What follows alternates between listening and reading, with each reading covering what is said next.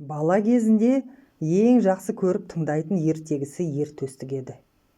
Әжесі таңғажайып хикаяны айтып болып, міне немелтайым, осындайда кеп болған екен дейтін күрсініп. Түнде түсіне Ерназарды құдықтың жанында ұстап алып, азапқа салған Бекторы кіреді. Оянғанда көргенін әжесіне айтатын. Ол жын-пері ғой, ойлама деуші еді бұндайда әжесі. Құдай Бекторыны кездестіргеннен сақтасын. Қайырболды есейіп ер жетті. Әскерден кейін Алматының орталығындағы ресторанның біріне жұмысқа тұрды.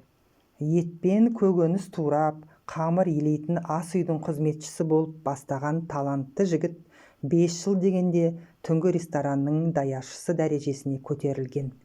Бұл егемендік алған кез еді. Ағыны қатты осы азғантай жылдың ішінде қоғам танымастай болып өзгерді.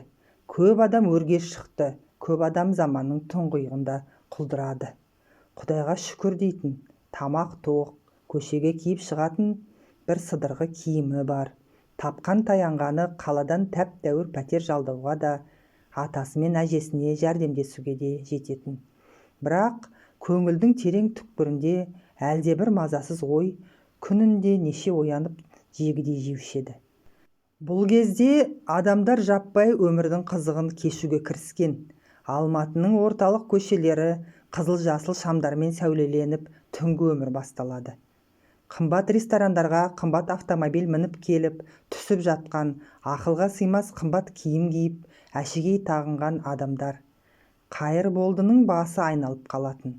Әсіресе түнгі барларға келіп, таң атқанша отырып, шығарда ақшаны дестесімен төлей салатын бай баласы, көркем қыздар мен көрікті жігіттердің қылықтарын көргенде, апырау, бесіктен белі шықпай жатып, қона салған бұл қандай бақ деп меңірейіп, бір жағы күйзеліп тұрып қалатын. Кедейшілікте, әрбір жапырақ нан санаулы жоқшылықта өткен балалық шақ есіне түседі. Пәтеріне қайтып келіп, осындай көңілсіз оймен күнін өткізген Қайырболды демалмаған күйі қайтадан кешкі жұмысқа келетін. Әлі есінде жұмадан сенбіге қараған түн еді. Түн ортасында рестораннан шыққан 3 бойжеткен барға келіп отырды.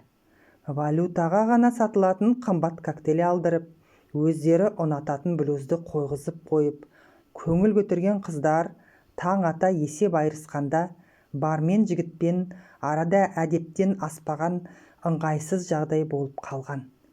Қайырболды қыздардың абыржыған түрлеріне қарап, ақшаларының жетпей тұрғанын түсінген. Біреуі бұрыннан келіп жүрген сенімді адам. Жұқа көк жібек көйлек киген сұлу қыз барменнің алдына өзінің куәлігін қойып жатқанда шыдай алмай кетті. Қыздардың жанына жетіп барған. Қанша жетпейді? Бармен куәлікті көрсетті. Міне куәлігін беріп тұр ғой. Олай болмайды, деді Қайырболды. Куәлікті алып иесіне ұсынды. Қанша жетпейді? Деді де барменге қарап. Бармен ақшаның сомасын айтты. Даяшының бір айда табатын шәйлігі. Қайырболдының іші удай ашыған, бірақ айтылған сөз атылған соқ. Сөзге келмей ақшаны санап берді. Рыцарьлар әлі бар екен, деді қыздың бірі. Бәрі риза кейіпте күлген. Көк көйлекті қыз шығар есікте тұрып, Қайырболдыға белгі берді. Ыңғайсыз болды, деген Қайырболды жанына келгенде, міне мынаны алыңыз. Көркіне көз тойғандай гауһар орнатылған ауыр алтын жүзікті жігіттің алақанына салды. Қойыңыз. Қайырболды жүзікті қыздың өзіне ұсынды. Мен сізге сенемін ғой. Қыз жымиып күлді, бірақ жүзікті алмады. Мен де сізге сенемін, Қайырболды. Жігіт қайран қалған. Менің атымды қайдан білесіз? Секрет, деді қыз бұрылып кетіп бара жатып. Әлі кездесеміз деп ойлаймын. Арада 2 айдай уақыт өтті. Қыз енді келмейтін шығар деп шешкен Қайырболды бір іске белін буған. Жүзікті ломбардқа апарды. Аса қымбат мүліктің ақшасына пәтер сатып алды. Бұл әрине адам оңбайтын нәрсе еді.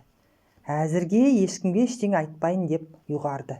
Себебі көңілі алаң болатын. Я бақ, я сор екені белгісіз, әйтеуір түсініксіз бір нәрсенің тақап келе жатқанын сезген. Арада 4 ай уақыт өткенде бейтаныс қыз бой көрсетті. Тағы да жұмадан сенбіге қараған түн еді. Түн ортасынан ауа барға 3 қыз кірді. Қайырболды қайран қалған. 3 қыздың үшеуі сол өткендегідей киінген. Содан соң таң ата тағы да барманмен шағын дау-дамай болды. Қайырболды күліп қыздардың жанына келген. Сіздерді құтқару менің мамандығыма айналған сияқты. Қанша жетпей тұр? Бармен калькуляторға қарады. $340. Бұл жолы ақшасы көп Қайырболды жап-жаңа $100 4 банкнотты барменнің алдына тастай салды. Артығын ал, деді бармен. Кетерде аламын, деді Қайырболды. Қыздардың біреуі бұның қолын қысқан. Рахмет сізге, сіз нағыз жігітсіз. Оқасы жоқ, деді Қайырболды. Сізбен оңаша сөйлесуге бола ма? Деді көк көйлекті қыз.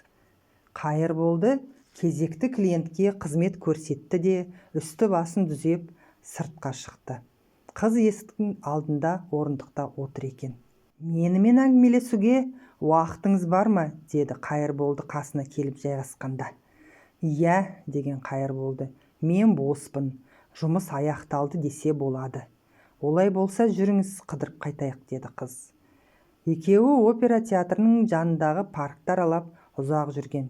Жазғы таң, ауа қоңыр салқын. Сізге рахмет, деді қыз. Міне, бізді екінші рет құтқарып жібердіңіз. Қайырболды күлген. Мен сізді тағы бір жүзік берейін деп түрмекен десем? Қыз күлді. Жоқ, бұл жолы ондай жүзік бере алмаймын. Екеуі скамейкаға отырды. Ал енді менің бір сұрағым бар. Қайырболды қыздың жүзіне бажалай қараған. Мен сіздердің ақшаларыңыздың жетпей қалғанына ешқашан сенбеймін. Сіздің тастап кеткен жүзігіңіз қанша тұрады, білесіз бе? Білемін, деді қыз, әлде бір нүктеден көз алмаған күйлі. $8 миллион. Қайырболды түршігіп кеткен. Қыз басын көтеріп күле қарады. Сондай-ақ әлемдегі ең асыл, ең қымбат әшекейлерді есепке алатын каталогтардың бірде-біреуінде ол жүзіктің жоқ екенін де білемін. Қайырболдының жүрегі әлдебір жамандықты сезіп сыздай ауырған. Алыстан талықсып бір қорқынышты әуен естілгендей болды. Олай болса, осындай қымбат мүлік иесінің бір фужер коктейлге ақшасы жетпей қалғанын қалай түсінуге болады? Сіз кімсіз өзі? Қыз үндемеген күйі төмен қарады. Жауап беріңіз, деді Қайырболды. Кенет қыз бұның жүзіне тағы да күле қараған. Айтпақшы, пәтеріңіз құтты болсын. Қайдағы пәтер, деді Қайырболды. Жүзіктің ақшасына сатып алған пәтеріңізді айтам. Қыз шалқая бере сақылдай күлген. Алдау мен арбау туралы, жырынды алаяқтардың аңғал адамдарды түрлі пәлекетке ұрындырып кететіндігі туралы әңгімелерге қанық Қайырболдының ойы сан жаққа жүгірді. Мынау алдында отырған қыз әлде біреуге қызмет қылып жүрген кәзәп. Біреулер бұны құртпақ болып осы қызды жалдаған, жүзікті бұған әдейі берген. Енді осылайша іліндіріп алып, өмір бойы бопсалап қызметіне жүргізбек. Осылайша қор қылмақ. Қателесесіз, деді қыз. Мені ешкім жұмсағанда жоқ. Қайырболды тағы да қайран қалған. Мен сізге ештеңе айтқам жоқ қой. Айттыңыз не, ойладыңыз не, бәрібір емес пе? Қыз суық жымиған. Ең бастысы көңіліңізде тұр. Бұл қыз адамның ойын оқи алатын болып шықты. Шарасы таусылған Қайырболды енді жалынуға көшкен. Айналайын қарындас, айтыңызшы, сіз кімсіз? Менде неңіз бар? Бұл арандатуыңыздың мағынасы не? Сізге не керек? Қыз тағы да жұмбақ жымиған. Әзірге секрет, уақыты келгенде естисіз. Қайырболды орнынан айғайлай көтерілген. Слушай, атаңа нәлет хайуан, жоғал әрі, мен қазір милиция шақырам. Милиция дейсіз бе? Қыз Қайырболдының жүзіне бажалай қараған. Мынауыңыз жақсы идея екен. Шақырсақ шақырайық. Мен жүзігімнің ұрланғандығы жайлы арыз берем. Қайырболды орындыққа сылқ етіп отыра кетті. Мен сені іздеп келдім, Қайырболды, деді қыз аяқ астынан сеңге көшіп. Жүзіктен басталып 4 айға созылған хикаяның бар сыры осақ. Қайырболдының көзінен қос тамшы жас сорғалап түскен. Сіз мені құртуға келгенсіз ғой, деді даусы қалтырап. Жоқ деген қыз бұның иығынан сипап. Жүзік турасында қорықпай-ақ қой. Бопсаға бопса қылып айта салғаным ғой, ұмыт оны. Түнгі кафе бардан көңіл көтеріп шыққан бірнеше адам жандарынан өтті. Қыз үндемей қалды. Қайырболдының көз алдында бүкіл өмірі елестеп өткен. Тыңдасаңыз айтайын, деді қарлығып. Мен әке-шешеден ерте жетім қалып, ата-әжемнің қолында өстім. Кедей болдық. Ит басына іркіт төгілген заманда қара нан, қара сумен отырушы едік. Ақырында ер жеттім. Тәуір кәсіпке іліндім. Жолым ешқашан оңай болған емес. Басқаға өзінен өзі келе салатын нәрсе маған 100 есе қиынға түсетін. Өмір бойы өзімнің талабыммен, өзімнің адал еңбегіммен ғана нан тауып жүрген адаммын. Қыз сөзді бөлмей тыңдаған. Жалғанды жалпағынан басқарғандарға емес, маған келіп ұрынғаныңыз қалай? Жарайды, міне азғантай ғана тіршілігім бар. Әбден қартайған қорғансыз атам мен әжем бар. Қаланың түбінде тұрады. Егер мен кетсем, олар өледі де қалады. Кәне, қаматыңыз, айдатыңыз. Қыз үндеген жоқ. Менің бар жазығым жетпей тұрған ақшаңызды төлеп бердім. Мен не қылдым сізге? Әлде жақсылыққа қайтарған жақсылығыңыз осындай ма? Қайырболды, айтарымды айттым. Енді не істесең де өзің біл, дегендей қыздың бетіне қараған. Қыз бұның қолының үстіне қолын қойды. Мен сені сол себепті іздеп келдім ғой, Қайырболды. Енді менімен жүр. Қыз орнынан тұрды. Қайда, деді Қайырболды. Менің үйіме, деді қыз. Медеуге баратын жолдың оң қапталындағы қымбат аудандардың бірінде тұрады екен. Екеуі таксиден түсіп, қалың бақтың арасымен бұлдырап ұзақ жүрген. Міне келдік, деді қыз. Патшаның сарайына бергісіз 3 қабат зәулім үйдің ауыр есігін ашып жатып. Ақ, қара, сары, қызыл мәрмәр діңгектер, әр бұрышта зүбәржаттан қажап жасаған алып вазалар, төбеден салбырап тұрған алтын люстралар. Ат шаптырым залда кем дегенде 100 адам сиятын үстел. Ақ дастархан үсті қисабы жоқ тамақтың, шараптың түрлері. Қайырболдының көзі бұлдырлап кетті. Үй өзіңдікі, деді қыз. Қалаған уақытында келесің, қалағанынша жайлайсың. Екеуден екеу отырып жақсылап тамақтанған. Ал енді мән-жайды түсіндіріңіз, деді Қайырболды, сәл шалқайыңқырап отырып. Мені бекерден бекер әкелмеген шығарсыз бұл жерге. Қыз орнынан тұрды, ер соңымнан. Екеуі ұзын дәлізбен жүріп жер астындағы қабатқа түсті. Қызыл ағаштан шауып, шыңылтырмен қапталған ауыр есік өзінен өзі ашылған. Бұлар күңіреніп тұрған тағы бір үлкен бөлмеге кірді. Самаладай жарық, қабырғаны жағалай орнатылған қисапсыз сөрелер. Биікке қанша кететіні, бөлменің алға қарай қанша созылатыны белгісіз. Бұл бөлме осылай созылып барып, гиперкеңістікке, яғни шексіздікке кетеді, деді қыз. Қайырболды жан-жағына үрейлене қарады. Ал енді танысуға болады. Қыз жақындап келіп, Қайырболдының көзіне көзін қадаған. Мен Бекторымын. Қайырболды үндемей тұра берді. Иә, сол баяғы перінің қызы Бекторымын, деген қыз адамның ойын оқитын әдетімен әжең талай айтып берген ерте өстік. Мен сізден шаршадым, деді Қайырболды. Қорыққаннан шаршадым.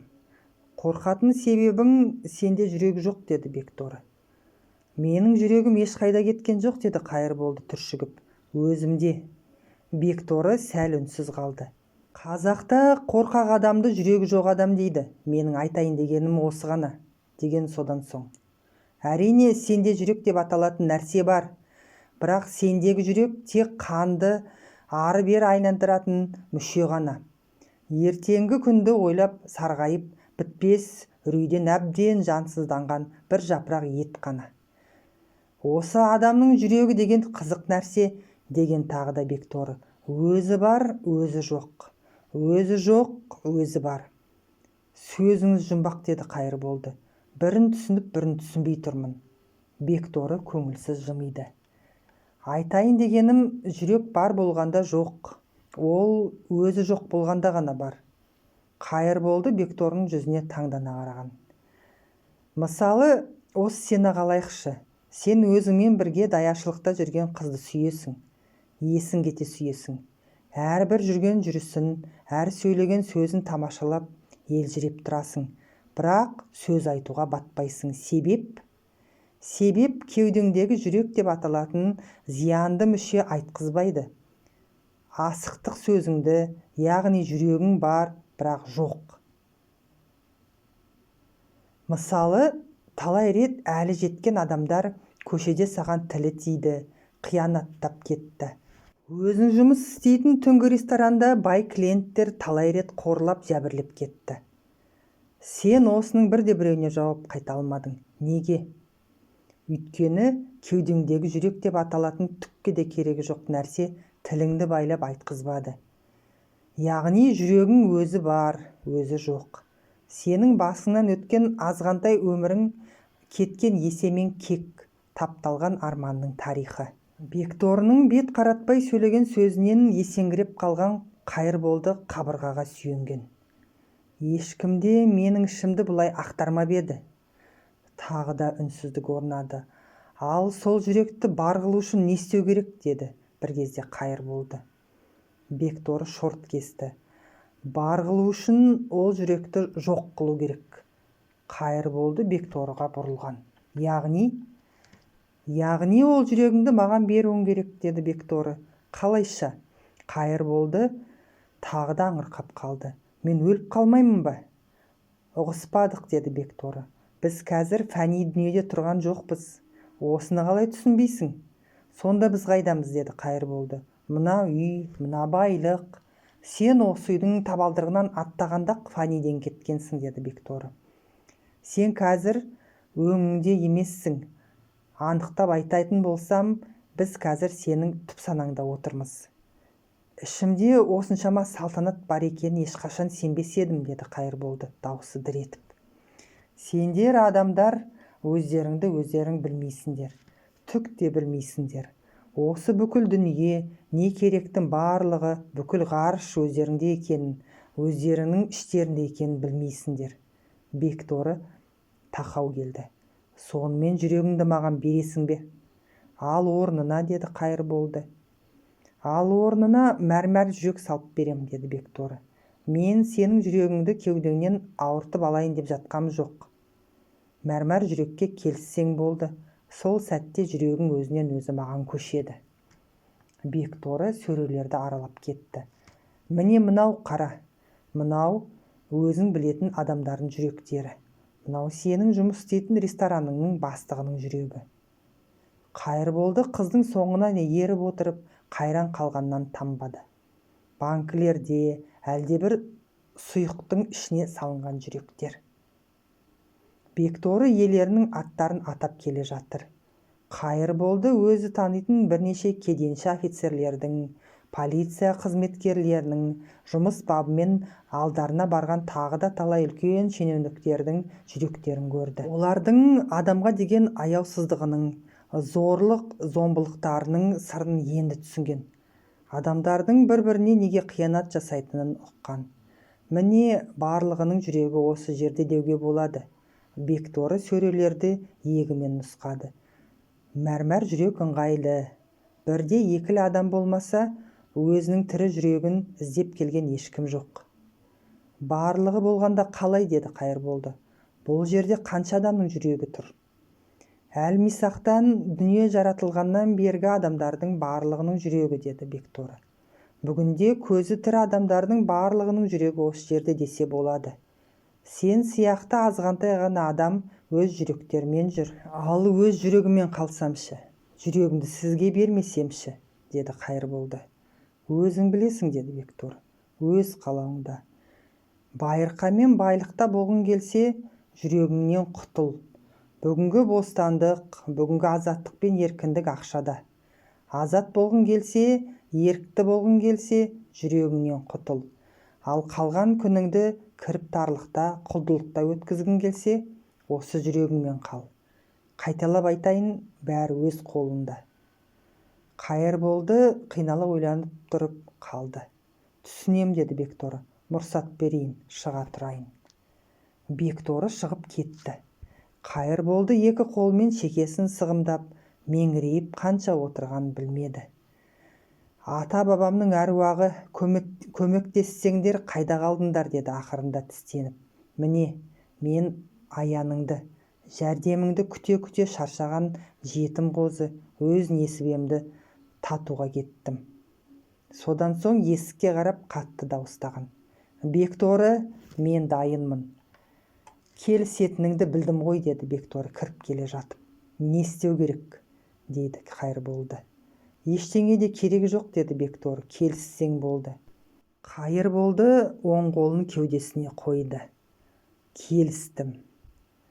Жеткілікті, деді Бекторы, жүрегің менде. Екеуі салтанат бөлмесіне қайтып келген. Менің үмбетім болдың, деді Бекторы. Енді біз осыны тойлап көңіл көтереміз. Бірінші бөлімнің соңы. Оқыған Жазира. Каналыма тіркеліп, лайк басуларыңызды сұраймын.